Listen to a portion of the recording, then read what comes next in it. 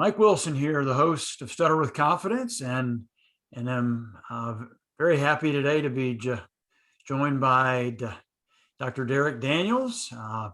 Derek, if you would, please tell people where you live and what you do. Sure, absolutely. Thank you so much, Michael, for inviting me to be a part of your podcast. I live in Detroit, Michigan currently. I've lived in Detroit for 14 years, but I always say that I'm originally from Houston, Texas, because I love my home city. So I'm originally from Houston, Texas, but I live in Detroit, Michigan now. And I'm a person who stutters. I've stuttered all of my life. I am a speech language pathologist. I've worked in the school setting and now I'm in the university setting. So I'm currently an associate professor at Wayne State University in Detroit, Michigan. So I conduct research, I teach students, I supervise graduate student training, and I'm involved in lots of different groups and self-help events for people who stutter. Good stuff. And so we were talking, and one of the things that you've looked at, it sounds like, with your research is the experience that kids who stutter have during those school age years, K through 12. So long before you were studying this professionally, did you have your own rather challenging experiences during the school years surrounding your stutter? Absolutely. And that's actually largely why I study the experiences of stuttering, because my stuttering, as you probably know, people who stutter, our stuttering can change over time. So when I was younger, my stuttering was a lot more overt. It was a lot more noticeable, a lot more severe. But people around me really didn't have an idea of what it was. They sort of thought that I was just shy, or I wasn't around people enough, or that I was nervous. So I went through my whole schooling, K through 12, having never seen a speech pathologist, didn't know really what stuttering was. The harder I tried to talk, the more difficult it became. So a lot of my those experiences were just about avoiding. It was about trying whatever I could to not stutter. And the harder I tried to not stutter, the more difficult it became. So my journey is a lot like a lot of people whose journeys, my journey is a lot like a lot of people who stutters journey, in that, avoiding words, changing words, not wanting to talk, feeling embarrassed, feeling shameful, all of those things.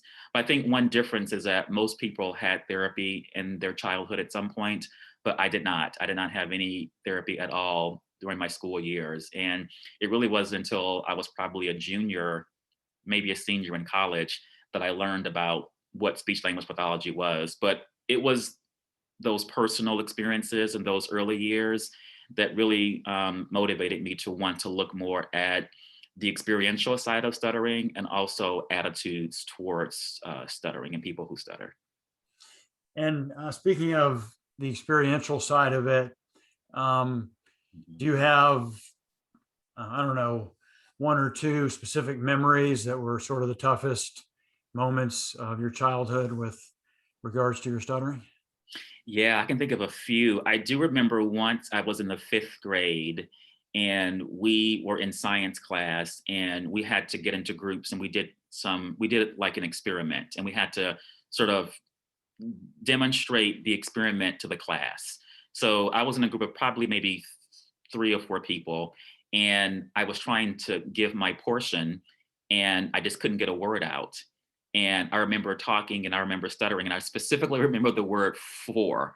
I remember trying to say "for," and I said "for." And I remember this guy who sat in front of me. I still remember his name. He did this, as it, mocking me. So I definitely remember that experience. I do remember the next year when I was in middle school, it was a similar type of situation where we had to get into groups and do some sort of project and present it to the class.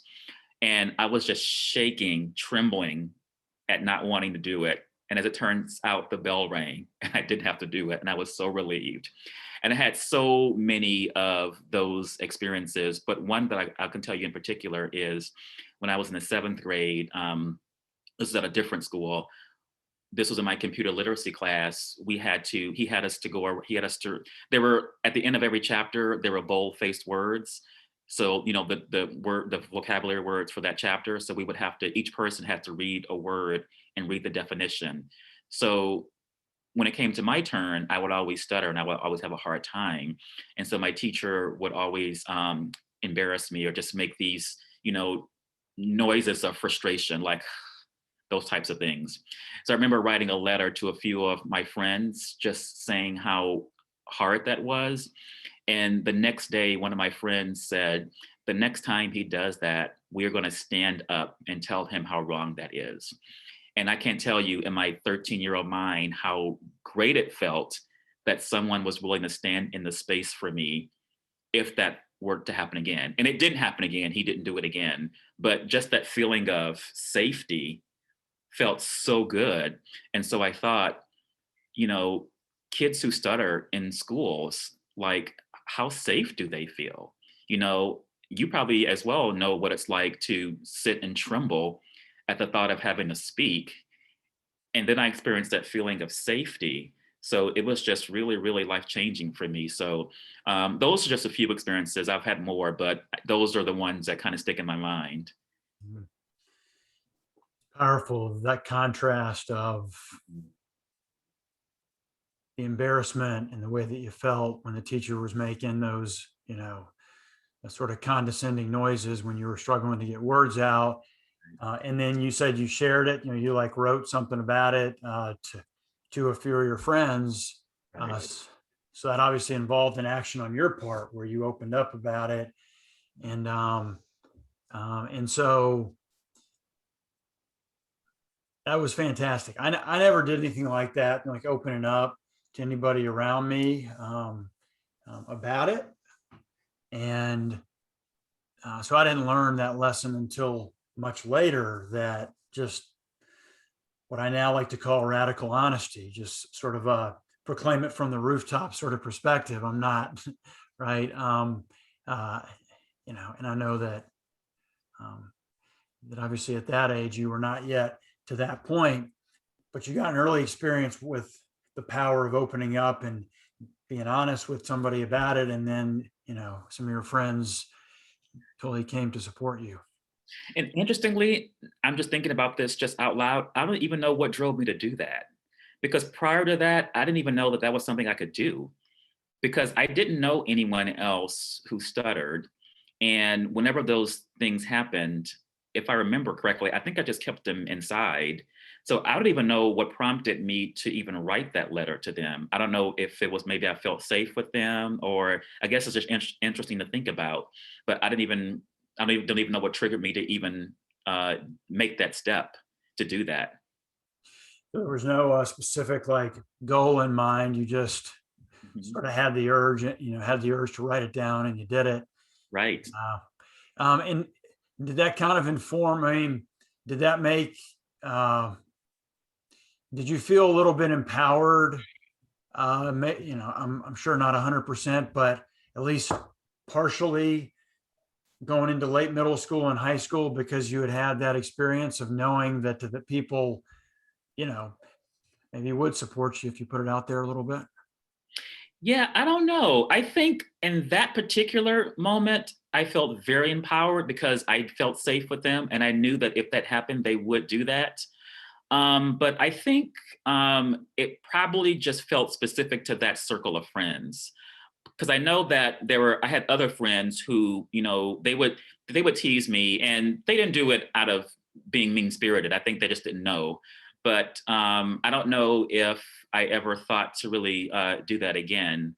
I think it was just that particular moment. I was just so embarrassed that something drove me to write a letter. But into late middle school and high school, I think it was just more about, here's something that's hard, and I'll just navigate it as best as I can.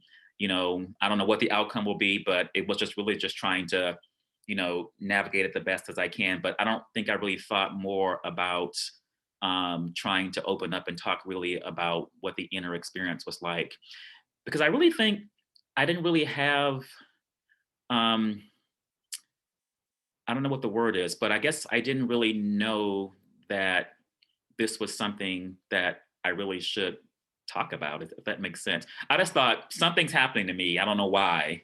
And I'm trying to like do whatever I can to not do it. And it's still happening. I don't know why, but I'll just do it. I'll just do the best that I can. I didn't even know that it was something that I could even talk about. Uh, and were you aware though that it didn't seem to happen with other people? Yeah, it was different in different circumstances, and like for example, I knew that it was always going to come out more when I had to get in front of a group and talk. So whenever I had to do any sort of public speaking in school, I knew that my stuttering was I was going to get stuck. So I just knew it was going to happen, and whenever I was in front of a group, sure enough, it did happen, and I felt whatever shame I felt in that moment, and then it was over. So I knew that oral presentations were going to be a problem. Usually with individual people, it sort of came and went. You know, I can't really say that it changed drastically from person to person, but I knew that if it was on the phone or in front of groups of people, that it tended to be more severe. Yeah, that's you know, never want to say anything is universal, but that's very, very common, obviously, as you know, Yeah. with us folks who stutter. And um, uh, so was the shame and embarrassment? I mean, were you the way that I was, for example, in high school, when I would hear a presentation was coming up, from that moment until giving the presentation, there was a sort of a cloud of dread hanging over my head. Was it that strong for you as well? Every single time. If I saw on that syllabus or that outline that there was going to be something where I had to talk in front of the class, from the time I saw it on the syllabus until the time it happened, there was that, there was that, you know, I sort of tremble. I mean, the closer it got to the date, the more I trembled, but it was certainly on my mind for sure. Absolutely. And in your research, fast forwarding now to looking at this from a professional standpoint, and I would assume, uh, you know, speaking about or speaking with a lot of both kids and adults who stutter, um, is this something that is super common? I mean, you may not have an exact percentage, but if you were a betting man, would you say it's more than 90% of kids who stutter deal with a lot of these sort of we'll call it clouds of dread during that stage of life? I think so, yes. And, again, I don't know if I can attach a percentage to it. I think the difference now is that you have, and again, it's not enough, but you have a lot more visibility. You have a lot more discussions around stuttering. You have clinicians who are more aware and more trained than they were when I was in school, even though we still have a ways to go there. People are more aware around the psychosocial aspects of stuttering. So you definitely have more visibility than we did when I was in school. But I think kids still do experience all of those things that we just talked about in terms of embarrassment, in terms of shame, in terms of being teased, those types of things. But I think probably I would say that the support is probably different. I mean, I'm sure there are cases where kids probably don't feel like they have support, but I just think that the visibility and the support is probably a lot greater now than it was when I was in school. But a lot of the adults that I talk to, that's what they say is that I wish I would have had someone to talk to. I wish I had more support. I wish there was someone who I could talk to about stuttering. The support, I think, is sort of one of the main factors that people talk about that they wish they had more of, because a lot of living with stuttering can be lonely and very isolating. Absolutely. That Mhm. that sense of isolation, and that's how I felt as a kid. Like I was the only one. I was the only one I knew that Mhm. had a stutter. I mean, maybe there was another kid in the school that stuttered, but they were doing a good job of hiding it, and I was trying to do a good job of hiding it. So, we Yeah. may have never known that each other was there. Um, and this is one of these things that I think is very challenging. Well, for example, I'm a dentist, and in large swaths of rural America and some parts of inner city America, but poor America essentially, whether it's rural or urban, whatever, there's a lack of access to dental care for low income folks, for example, right? So that's a big access to care problem. And as I've gotten more involved in the stuttering world, it seems to me that the same thing may exist for kids who stutter, because and quoting, well, for example, there was a Stutter Talk episode with Bob Queasel and Peter Reitzes where they were talking about, and I think they're in agreement. I really haven't heard anybody that disagrees with this, that most speech language pathologists don't have a whole lot of experience with stuttering, right? Stuttering is one little tiny percentage of the sphere of things that speech language pathologists are supposed to know about. Apparently, stuttering sort of has shrunk over the decades. It was a big part of it back in the days of Van Riper and Johnson and some of those early folks in the stuttering world, but it's shrunk. And so if a speech therapy master's student is lucky, they get one course on fluency. And at some programs, they get zero. And so a lot of the kids out there, right, have the speech therapists in the schools, Right. which is all they have access to. And those folks, by definition, have to be generalists, right? They have to deal with everything, whatever any child needs in their school for speech therapy, largely, they have to be able to deal with it. And so you've got a huge percentage of non-specialists in stuttering trying to help kids that stutter in the schools. I mean, that's an uphill battle. I feel for the speech therapists, because stuttering is a hard, thing. It's probably not the simplest thing that speech therapists deal with. And so the reason I bring this up is your statement about getting kids together with others that stutter so that they feel for sure that they're not alone, and that the way they're reacting to it and the way they're feeling about it is actually pretty normal. They're not like a weirdo for being ashamed of their stutter. That's the stage that almost all of us went through, right? That's super normal way to react to it. And there's just something powerful, I think, about getting together with others that stutter. And one thing you realize, I like my stuttering friends. They're just as cool as my non-stuttering friends. So maybe stuttering itself doesn't make you totally uncool, right? And just that realization is powerful. So there is an access to care problem, right? I think there's only 150 specialists, SLPs in stuttering in the United States, period. Not near enough to see all the kids that stutter, much less the adults. So, and this is just thinking out loud, but, I would like to see a future at some point where every kid who stutters is put, if they want to do it, which, many probably wouldn't even recognize the benefit at first, but once they had the experience, they would, try to get as many kids who stutter into support groups, and we now know over Zoom, right? You don't have to, fly to another city and pay for a hotel to see people that stutter, or even drive across town. People, kids can get together on Zoom, for example. And that would be inexpensive, low hanging fruit, so to speak, for a way to get people support, I think. Yeah, and I was just thinking that as you were talking, that now that we have these video platforms like Zoom that are that are just everywhere now, everyone's using them. Also clinicians now have more access. Because I know just over the past, let's say, few months, I probably gave close to 10 virtual presentations.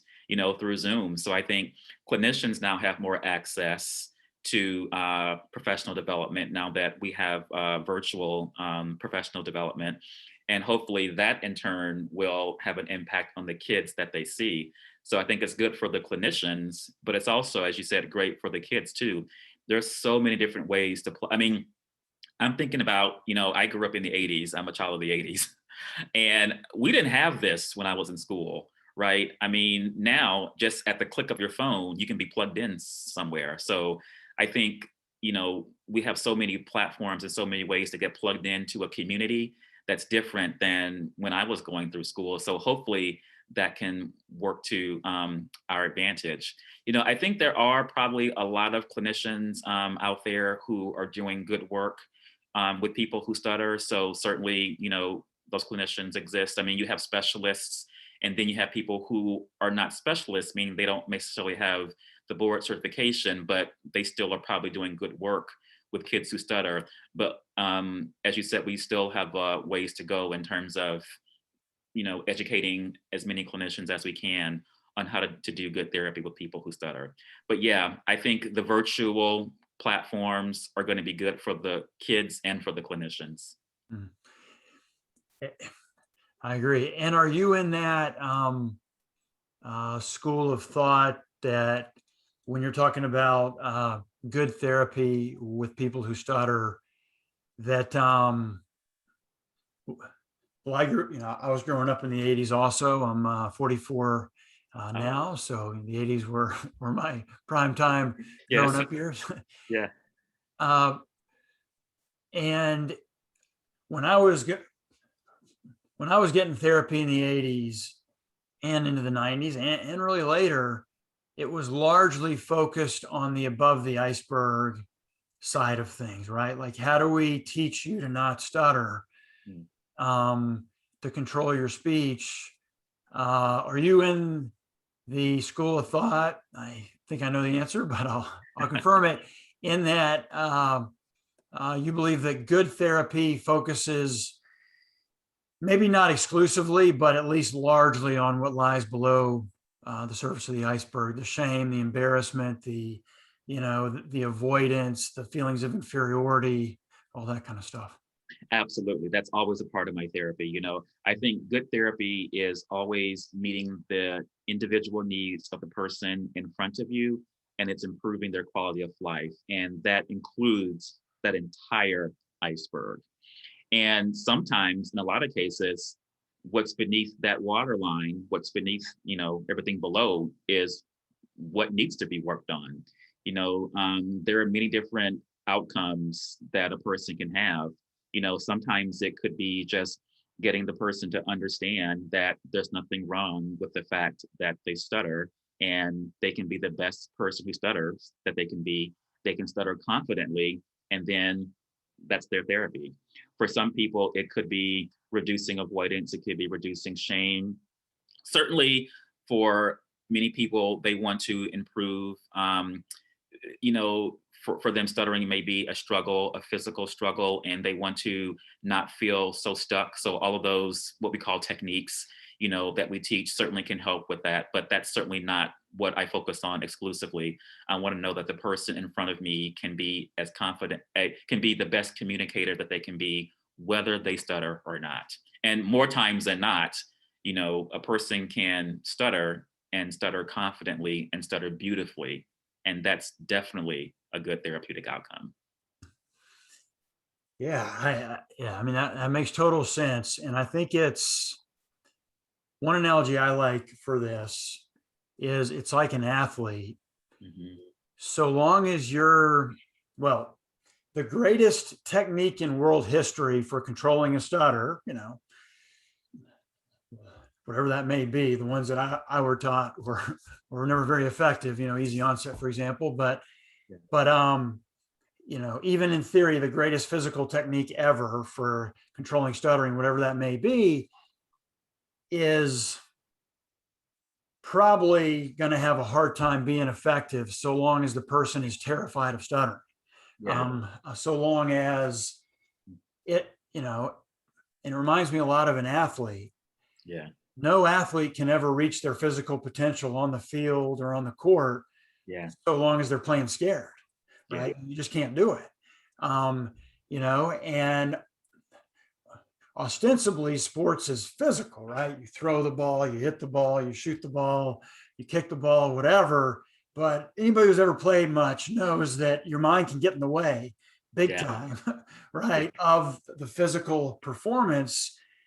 And so that learning not to give a what, right? Yeah. That desensitization where it's like, yeah, I stutter. It is what it is. I'm going to say what I want. I'm not going to let it steal my joy of speaking Yeah. and let it stop me from, saying the things that I want to say.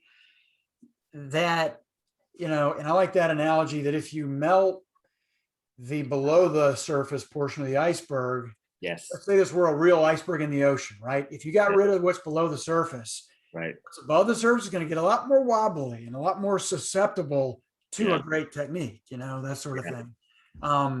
But from a quality of life standpoint, the below the surface of the iceberg stuff is, I think, really the destroyer of lives when it comes to folks who stutter.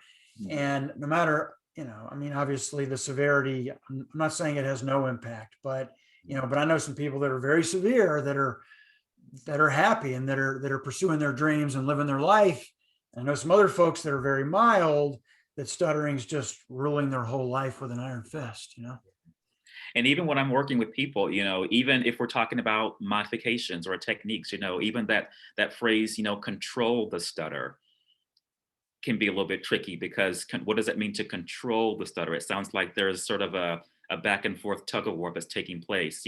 Here's the stutter, and then here's me, and I'm trying to control you. So maybe it's sort of more about, working with the stutter as opposed to trying to control the stutter. Just even that phrase, I think, because that's a phrase that I have used before, but now I'm thinking, is it really about trying to control the stutter, or is it more about trying to work with it? So anything that sort of sets up a tug of war, I think I try and be mindful of those things, because I think the more you try and avoid something or work against something, then it sort of sets up this sort of war inside of you that's not going to be helpful. So, but yeah, that's a very, very powerful illustration, that the iceberg illustration. And I think traditionally, everything beneath that waterline, the lower part of that iceberg, has not been addressed. So we're at a point now where we know that the whole iceberg is important, and everyone has their own individualized iceberg that needs to be addressed. So absolutely. I agree. And it's interesting when you look at the history of it, right? Because Van Riper, Johnson, Joseph Sheehan, they were, it was, Sheehan obviously that coined the iceberg, the stuttering iceberg term.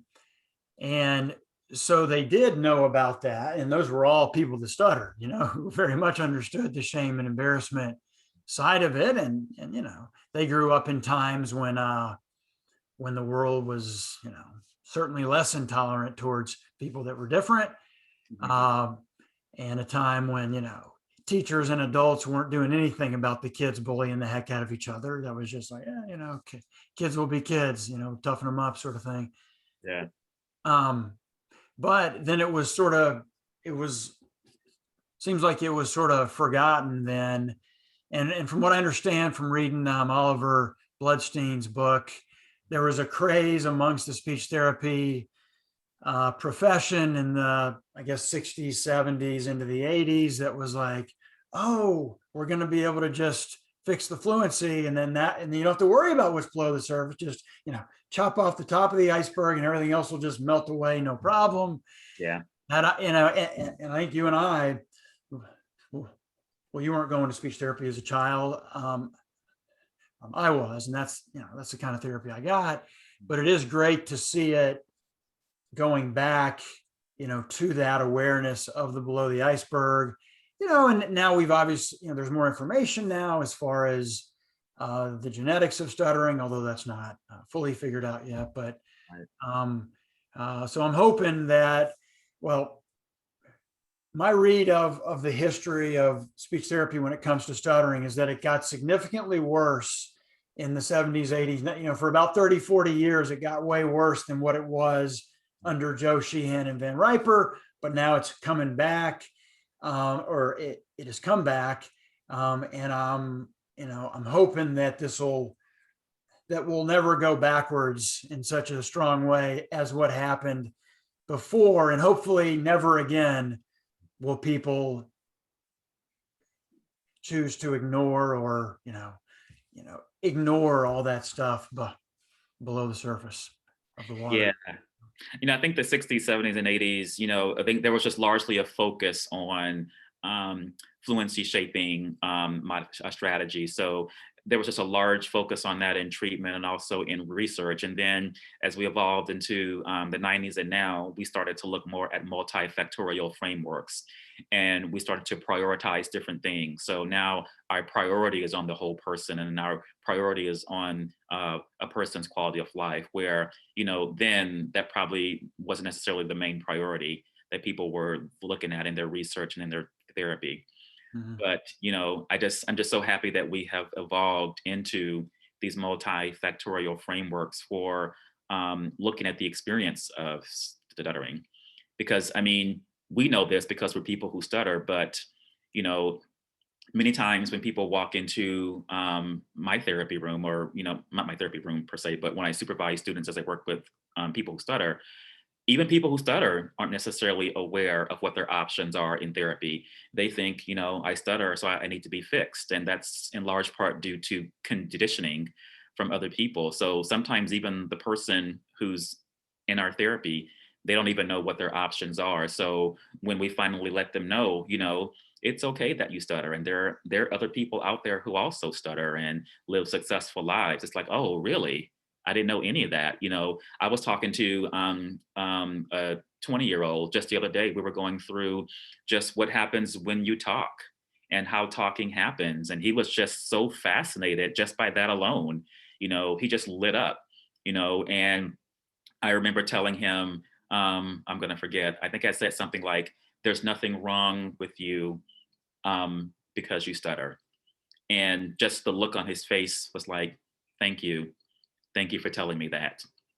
And I just was deeply touched, because I know that no one was telling me that. I don't know if anyone was telling you that, but just the fact that he heard that from someone mattered to him. It mattered a lot. So it's important that I think we remember those things when we're working with the people who stutter, and not just jump to how they talk and the manner in which they talk. Mhm. Absolutely. And yeah, it's so powerful to Mhm. really well, because what matters most, I think, in everybody's life is their quality of life. Like, are they living the life they want to live? Are they free to do the things they want to do? And yeah, the focus on fluency, first of all, it makes it harder to talk when we're overly focused on fluency. It actually defeats the purpose that it's trying to achieve, right? And that's something I think to be thought about also, is that if the fluency techniques would have worked, Yeah. if they would have been successful at helping people, nothing to see here with shame and embarrassment because I don't stutter anymore because the technique worked. Well, then that would have been probably a different conversation that we're having, right? But they so rarely worked. And actually, a lot of times they make the situation worse, because then the person is living their life and they're like, oh yeah, let me use the technique that I'm practicing. It worked with Sally in the treatment session. And now, is it going to work? Is it going to work? Start talking. Oh, I'm stuttering. No, it's not working. It's not, I'm failing. What's going on? Like, it actually deepens the iceberg when the expert is telling you, no, Michael, it should work. You just got to practice and it's going to work. And then you're out there doing it and it's not. And I think it was Wendell Johnson's quote, stutter, and it's not this simple, but this has a lot of truth in it. Stuttering is what we do Oh, yeah. oftentimes when we're trying not to stutter, right? And as you mentioned, I think it was in fifth grade, you said, when you started trying not to stutter, things got more challenging. It was the same with me in the sixth grade. I don't even remember my stuttering being a problem in my life before the sixth grade.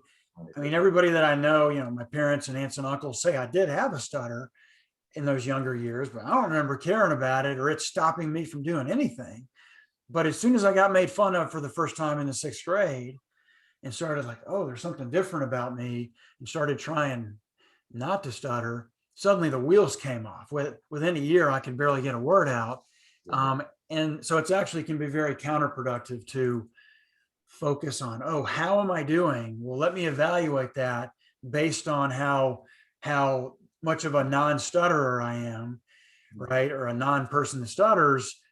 And that's just, I mean, that just ratchets up the performance anxiety. Again, it's like the athlete who's, tiptoeing on the field, like, oh, I can't miss a shot today. If I miss a shot, it's going to be horrible. You can't relax and get out of your own way and let your natural abilities, come forward.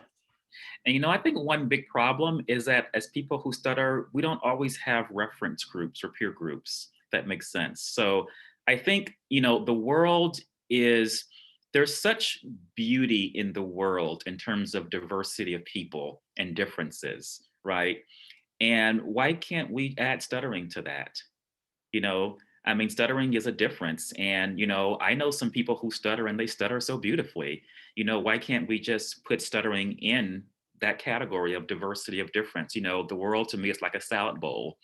You have each part, each piece, the cucumbers, the radishes, the tomatoes, everything in there is unique in its own right. It's different, but it adds to the flavor of the salad. It's very beautiful in its diversity. And so why can't we just add stuttering in there? But, when you grow up as a person who stutters and you're not around other people who stutter, the only people you have to compare yourself to are people who don't stutter. So you learn who you are from people who don't exhibit your condition. And so that can sometimes make it harder for you. So but as you get older and you start to connect to other people who also stutter, you begin to learn and redefine yourself in different ways, in ways that are more helpful as opposed to unhelpful. So yeah, I think stuttering should just be a part of that, part of that diversity of difference. And the more representation, the more images, positive images that we can get out there for people who stutter, when people who stutter are growing up, they have, they can, they won't be defining themselves in ways that are not helpful. So we need to legalize stuttering. That's what my shirt says. Nice, nice. Yes. Legalize. um, so, and on that note, as I point out to people sometimes, stuttering never actually has been illegal, right? To my knowledge, nobody's gone to jail. Right. I get it. Nobody's ended up in the hospital. I mean, I'm not, there might have been some social situation where it led to it, but, nobody's ever died from it. Nobody's ever been in jail, like we are free to speak, but it can sure as heck feel like we're not right. At times, and in some sense, that's a within ourselves process as well, right? We have to give ourselves permission. Yes. To stutter. It's so, I mean, I hated the sound of my stuttering when I was a kid. The last thing I wanted to hear was, that sort of thing, right? So I chose to silent block a lot of times. So I just basically hold it all back until I knew it was going to come out right, which, I didn't know when that was going to happen a lot of times. So it would be like literally just silence and usually a lot of tension on my face. But something you just mentioned, so, well, it reminded me of another thing that you've researched a good bit of. It's intersectionality, right? And stuttering is one of those intersections, right? That you're studying. So folks who stutter, who are also in another historically marginalized group, whether it's race or sexual orientation or gender or whatever the case may be. Right. And it got me thinking, one thing with stuttering, as we were talking about, Yeah. many of us felt like we were in a minority of one. Mm-hmm. Right? Like we were the only one, because you didn't see it on, TV. You didn't really read about it in books. It wasn't out there in the public sphere. You can't spot it on somebody else from across the lunchroom, for example, right? Yeah. And most of us folks that stutter at that age, especially, and oftentimes later, are trying to hide it. We're doing everything we can to not be identified as a Yeah. person who stutters. And so that all makes it just so isolating. And I'm not sure if that's something that you've looked at, but is stuttering perhaps even more isolating than some of these other marginal groups? Because for example, if you're African American, you can see who else is African American in the room, right? As soon as you walk into the room. Whereas with stuttering, there might be another person that stutters, but it's a good chance you both leave that party not having any idea that each other was a person who stutters. Yes, it can be. And what I'll say there is, within any group, there's always going to be differences and variation. So, I can't say, just like not every person who stutters has the same experience, not any person of any one group has the same experience. So not all African Americans have the same experience. Not all, people who are gay have the same experiences. So within any cultural group, there's variation. But I think intersectionality, the idea of it is that people can experience multiple discriminations depending on the groups they belong to. But I think something I'm learning about intersectionality is that it's very much tied to complexity, that there's complexity to everyone's experience. And we have to be sensitive to what that complexity is. So myself as a Black man who stutters, I won't necessarily have the same experience as another Black man who stutters, but we do have complexity to our experiences. So the research I looked at with African American men who stutter, some of the participants said that being an African American male was a salient part of their experience, and some of them didn't say that. So there was complexity there. So for some of them, they felt like being a male, number one, and being an African American male meant that there was a certain vulnerability that they didn't feel like they were allowed to show. And so they tried even harder to not stutter when they were around other members of their group, because they didn't want to, exhibit that vulnerability or be perceived as weak, for example. So that was a case for some of the participants. So for some people, they may have added dimensions to their experience as a result of their additional identities. I'm currently looking at the experiences of individuals who stutter, who are LGBTQ plus, and I'm learning again some of the similar themes of complexity. But interestingly, though, many of the participants are saying that it was easier for them to accept their identity as being gay than it was to accept their identity as being a person who stutters, because now, if you are gay or if you're in the LGBTQ plus community, there's a lot of visibility, right? There's Pride Fest in June. There's a lot more discussion about it.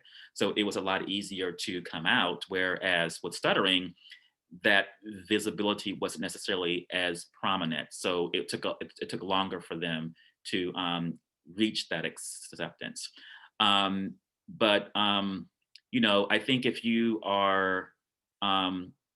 have other additional identities, some of them might be salient to your experiences and some of them may not be, but there's complexity to everyone's experience that I think it's important to be sensitive to. So you can't necessarily say that everyone in one group has the same experience, but there are dimensions there that need to be explored, I guess is what I would say. Yeah. And that makes total sense that one of the things that has held back stuttering awareness, Yeah. and why well, I think I heard President Biden say, I guess back when he was vice president, that stuttering is one of the last differences that it's still somewhat acceptable to make fun of. Mhm. And obviously starting, I guess, in the 1960s, largely, the 50s to some extent, but especially in the 60s, many groups stepped forward and said, we're not going to take the second class citizenship thing anymore. Yeah. And then, the disability rights movement really exploded in the 70s, I think, really got going. Mhm. And so, and those groups all got, sort of, they stepped out there, right? They went in front of the White House or wherever and said, it's time to start listening to us and not ignoring us. Maybe it makes sense that stuttering has lagged behind because our situation involves speaking, and many of us are not going to go grab that microphone and say, you're going to listen to us, because we don't want to be heard stuttering in front of everybody. So in some sense, the nature of our challenge probably held us back longer than a lot of these other groups. Yeah, there's a lot to be done. I mean, think about how many news stories you probably heard of where someone said something that was very insensitive about stuttering, and then it took, the NSA and other groups writing statements saying, no, that's not true. We still have a ways to go in terms of visibility and accuracy of stuttering. So, every time someone in the media makes an insensitive or inaccurate statement about stuttering, it makes it that much harder for us to have to counteract that, but it also makes it that much harder for that person who stutters, who they don't have access to a community. It now probably reinforces what they believed about themselves. So there's still a whole lot of work that needs to be done in terms of education and advocacy for people who stutter. Yeah, I mean, I thought initially it kind of surprised me, but then it didn't surprise me. Like I could kind of see how it would take longer to accept yourself for a certain identity if there's no visibility or discussion around it. Absolutely. I mean, it's like it's hidden and it Yeah. doesn't even exist. And one of the unique, strange, whatever you want to call it, aspects of stuttering is, well, by point of comparison, right? Like I'm not sometimes African American, or I'm not Yeah. sometimes, sometimes deaf, or sometimes, those sort of things. But everybody sometimes has stuttering moments. Everybody does, right? Now it's obviously they're not having blocks, but a lot of people think they understand stuttering because, oh, I stutter sometimes. Yeah, sometimes I stutter, or, Sure. everybody stutters sometimes. I know what that's all about. You just got to pause and take a breath and, start talking. It'll be fine, and that's how it works for non-stuttering folks. But so I think our situation perhaps can be more easily, well, I don't want to say more, but it can very easily be misunderstood because people think they know what's going on with stuttering when they really don't.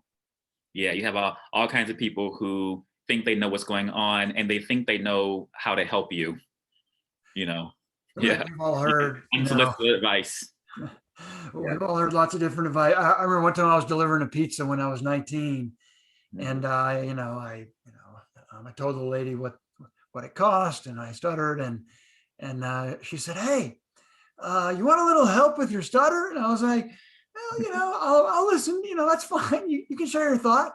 And she's like, "Well, you just have to start singing. When you're going to stutter, just start singing. Trust me, it'll work." I'm like, okay, but we've all gotten, lots of different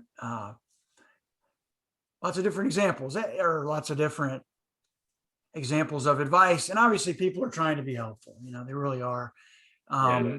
Normally they are. But yeah, so it's one of those things where, and again, going back to that idea of radical honesty, not only does that, I think, help our life a lot and take the pressure off us to be perfectly fluent. We're like, whenever there's And that's why another reason I'm a fan of eye contact, so you can see the confusion. If there's confusion when you're talking like that and the other person's like, real confused look, you're still getting that communication with them. Yeah. And so you can understand that they look confused. You say, oh, I have a stutter. That's what's going on. And by doing that, not only are we making it easier on us and really them, because they now know what's going on. Once people know what's going on, in my experience, they tend to get way cooler than when they don't. Yeah. But we're also spreading awareness. So the next person they encounter that stutters, they're gonna be like, oh yeah, okay, yeah, I met a guy once that had a stutter. He's a cool guy. Let me give this new person the bit of, I mean, I don't know if they thought I was cool or not, but they've been exposed to it rather than never having encountered a person that stutters, or maybe encountered one who they weren't sure if they were a person that stutters, or if were they drinking, were they just really shy, like they don't know what's going on. I think the more we can do that, we help ourselves and we help the rest of us as well, I think. I tell my students at the first day of class, I have a class of probably about 40 graduate students. And the way I teach my class as if every single one of them is going to work with people who stutter for the rest of their lives. That's how I teach my class. I know that's not going to happen, but that's my approach. But I tell them, I said, I know not all of you will work with people who stutter. Some of you are going to go into the hospitals. Some of you are going to go into your own private practices. Not all of you will work with people who stutter. I know that. But because you are speech language pathologists, and that's how you will tell people, when people say, what do? You usually say, I'm a speech language pathologist or I'm a speech therapist, one of the two. Because that's your title, people will still ask you about that. Whenever I tell people, I'm a speech language pathologist, first of all, they say, what is that? And then I say, well, you may have heard the term speech therapist. Usually stuttering is what they bring up first. So I said, even though you may not work with people who stutter, people will still ask you about it. So it's very important that you know what it is. It's very important that you know and have accurate information about stuttering, because, that's one less, whenever you educate someone about stuttering, that's one less uninformed opinion that people who stutter have to run into. You reduce the number of uninformed opinions about stuttering when you educate someone else about stuttering. So education and advocacy, I think, is very, very important for spreading that awareness, that accurate awareness. Self-advocacy and advocacy, in general.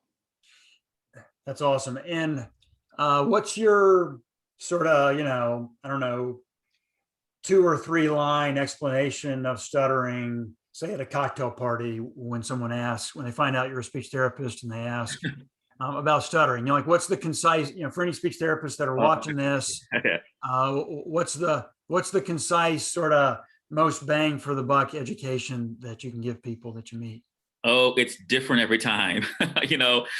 First of all, I start out by saying it's not a very simple explanation. So I just start there just so they know that. But it's different every time. But usually I'll say, stuttering, it's neurophysiological. So it's a neurophysiological condition that affects speech such that the person knows exactly what they want to say. But there are moments where they just experience some involuntary, interruptions in their speech, such as, they may repeat a sound, or they may stretch a sound or block on a sound, but they know exactly what they want to say. But there are just moments where, they just may have some involuntary, I used to say disruptions, but I don't know if I like that word. But there are the moments where they just feel like they're getting stuck. And so that's one piece. But also, depending on who they're talking to and who they're interacting with, a person may feel a certain way about how they talk. So there's a speech piece to stuttering, and there's also sort of there can be an emotional piece in terms of how a person might feel or how they might be stigmatized. That wasn't a short answer, but that's usually what I'll say. Is I'll start by saying it's not a simple explanation. And I want to get the neurophysiological piece in there, because I want people to understand that it's not just something mental or emotional or psychological. And I want them to know that the person knows exactly what they want to say. So telling them to think about what they want to say doesn't help. They know what they want to say. Yeah. And to be patient, obviously, and let them, Yeah. don't jump in and make them feel time pressured to get the words out. Yeah. Um, good stuff. So Derek, we're about at the end of our time here. Are there anything that Oh my gosh, that was fun. Time flew by that fast. time flies, man? We're having fun. So are there any sort of last thoughts or things that we didn't talk about that you'd like to talk about? Well, one thing I would probably add, because when you asked me about the definition, I mean, it really depends on like how it happens in the moment. But usually that's a definition that I'll give, and then sometimes I'll say, and sometimes also stuttering is just a in light of the neurodiversity movements, stuttering is also, we can say that it's just a part of speech diversity. It's just a difference in how a person talks. So that's also usually depends on who the audience is. I'll give the more traditional definition, then I'll give that definition that's in line with the neurodiversity movement. But I did want to just get that in there too, because we're accepting and embracing neurodiversity more, and we're embracing the fact that stuttering is not a deficit; it's just a difference. So I want to make sure that I at least include that in this discussion about neurodiversity and stuttering. Yeah, I appreciate that. And yeah, and I think stuttering is just utterly fascinating also. I mean, both when I think about, my journey and just the amount that is still not known about it. Yeah. Right. As far as, I don't know, in Mike Wilson or Derek Daniels, what percentage of our stuttering comes from our genetics? What comes from certain experiences? It's still, fairly fairly cloaked in mystery in some ways. The variability of it, even the same situation with the same person one day compared to the next, our speech can vary a lot. And so yeah, so I sort of just try to get people interested in it. There's also this aspect, once we're trying not to stutter. One analogy I feel like that sort of resonates with some folks that they can wrap their head around is that if I drew a couple of lines, let's say that were 2 feet apart, right? And then I asked you to walk in a straight line, stay between those lines, walk in a straight line. No, most people wouldn't have a problem with that, as long as they're, able-bodied in that sense. But if you had that same 2-foot walkway 100 feet up in between a couple of skyscrapers, Right. Even with no wind, no, whatever, no birds flying around, it'd be a lot harder for people to walk in a straight line and stay within those 2 feet, right? If you fall off, something horrible happens. And I don't know about you, but that's how I've sort of felt at times when I'm alone in my room or talking to the dog and could care less if I stay in the perfect straight line, then I don't have much of a problem. But you put me in a situation, at least at certain stages of life, where I really wanted not to stutter, and suddenly I was up between those skyscrapers. That's a good illustration. I mean, like when I'm talking to you, those 2 lines are on the ground. Depending on what the situation is, those 2 lines might be way up in the air. Yeah, it's a good way to illustrate it. I hear you, man. And so it's one of the reasons why I like that sports analogy, because that's something that those who have played sports can attest to. There's a difference between the practice floor and when there's when there's a 1,000 people watching, or it's on TV or whatever, or the championship's on the line, that sort of thing. And it's interesting. I remember during the documentary last year, Last Dance, Michael Jordan documentary, they asked him once, because one of the things that Jordan, and they had a whole segment on his ability to stay in the moment. And he apparently just lived his whole life like that, right? Like whenever the camera, I don't think it's just when the cameras were rolling, but all these little behind the scenes moments, he's walking into the gym and he notices something up there and he's cracking a joke. Like he's just sort of dialed into whatever's going on around him. But they asked him, I think in that segment, did he ever feel fear at the end of games? And his response was, no. Why would I feel fear? I'm prepared. I know I can do it. I just go out and do my best. And I think, it's not well, yes, he was supremely physically talented, but a lot of guys are that. But he obviously, got to the level of arguably being the greatest athlete of all time. And I think that that no one had to just focus on the 2-foot walkway in front of you and just walk straight, just do your thing with confidence and not sort of over analyzing the risks or focusing on, well, what'll happen if this goes bad is something, and I had a chat recently with Kristen Camella, who focuses a good bit on the mindfulness. Right. Well, and we haven't talked about that, but real quick, did you go to Camp Shout? No, you didn't go as a kid because you weren't doing anything as a kid with regards to, you didn't have that kind of opportunity with your stuttering, but you participated in recent years. Can you speak real quick about your experience at Camp Shout Out? Absolutely. Camp Shout Out is life changing. It's magical. I went in 2017 as a trainee. So you can go as a grad student or a clinician. So I went as a clinician in 2017. And then the next year, I became part of the clinical training team. So I've gone 2018, 2019. We didn't have it. It was virtual in 2020, and then we'll have it in person in 2021. So the first year I was a trainee. I was a clinician, and then the next 3 years, I've been part of the clinical training team.